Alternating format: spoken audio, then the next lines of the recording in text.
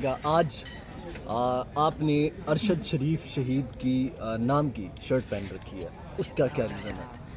वैसे ही मेरा नाम हो अरशद भाई का वो एक ही बात है। वैसे वो अरशद भाई को हम ऐसे नाम डूबने थोड़ी देंगे या गायब थोड़ी होने देंगे। वैसे भी वो चमकता सितारा है, तो मेरे लिए बड़ा ऑनर है कि मैंने उनकी शर्ट पहनी हुई है। और मैंने पहले भी ये बात की थी कि उन्हें सिर्फ मारना आता है, हमें और भी बहुत कुछ आता है।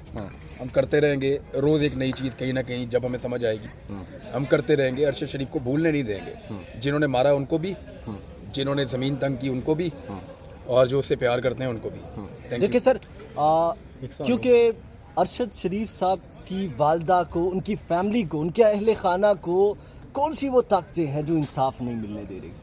वही ताकतें हैं जो पाकिस्तान को इंसाफ नहीं मिलने दे रही और पाकिस्तान को आगे नहीं चलने दे रही। वही ताकतें हैं जो बंद कमरों में फैसले कर लेती हैं। वही ताकतें हैं जिन्होंने पाकिस्तान को यहाँ तक पहुँचा दिया है। आज ये मुल्क डिफ़ॉल्ट के किनारे पे खड़ा है। 1 साल पहले तक सारे ताजिर ये कह रहे थे कि हमारे पास लेबर नहीं है, और अब वो ये कह रहे हैं कि हम लेबर को तनख्वाहें नहीं दे सकते। ये वही ताकतें हैं। Thank you. Thank you sir. नहीं यार, ना नहीं बैठ जाओ ये पहली दफ़ा मैच जीते हैं। अच्छा, पहली दफ़ा वो भी सुपर ओवर में जाके जीते हैं। अच्छा जबरदस्त। इनको वो सर उसमें एक और बात थी ना, उमर अकमल साहब चले गए हुए थे।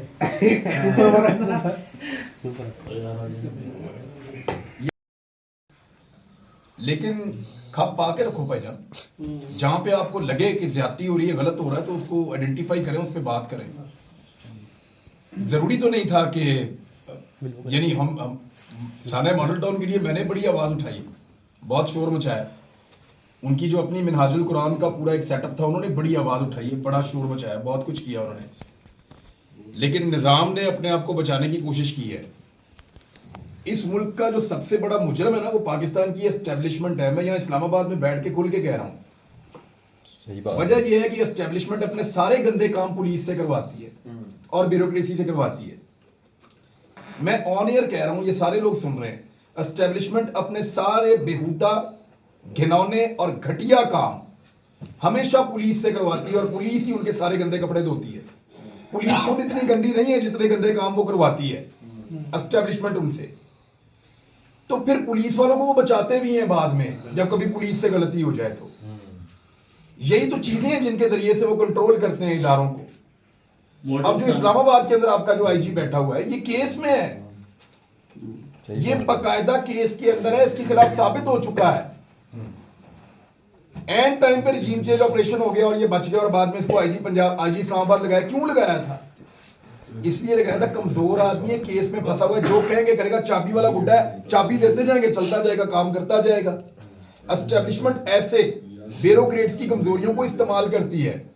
वो जो लोग साना मॉडल टाउन के अंदर थे, जरा चेक करें वो कहां पे लगे हुए इस वक्त ओहदों पे। डीसी इस्लामाबाद, किसी को चेयरमैन सीडीए, हाँ, एफआईए में भी है एक, अभी छुट्टी पे वापस आ रहे हैं जनाब।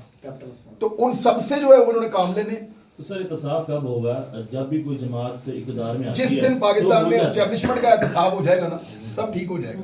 हो सकता है अपनी जिंदगी में हम देख लें, या हो सकता है एस्टेब्लिशमेंट हमारी देख ले। इमरान भाई और सदीक भाई जॉन का भी सवाल है कि क्या इमरान भाई आप अपनी पार्टी बनाएंगे, क्या या तरीके इंसाफ के टिकट पर इलेक्शन लड़ेंगे? सदीक जान साहब पार्टी बनाएंगे और मैं इनकी पार्टी से इलेक्शन लड़ूंगा। सर मेरा आखिरी सवाल है, इनको क्या और कोई बंदा नहीं मिलता? मुझे ना एक सदीक में बैठे, बड़ी मदद की बात। मुझे ना एक आपको प्रोग्राम है, सदीक भाई ने निकलना है। तो बड़ी इसलिए करते हैं कि सहाफी उनको आईना दिखाते हैं। अरशद भाई ने कहा था कि अगर आपको अपनी आईने के अंदर शक्ल इतनी घिनौनी लगती है ना, अपना मुंह ठीक करें, आप आईने के ऊपर गुस्सा ना उतारें। Thank you.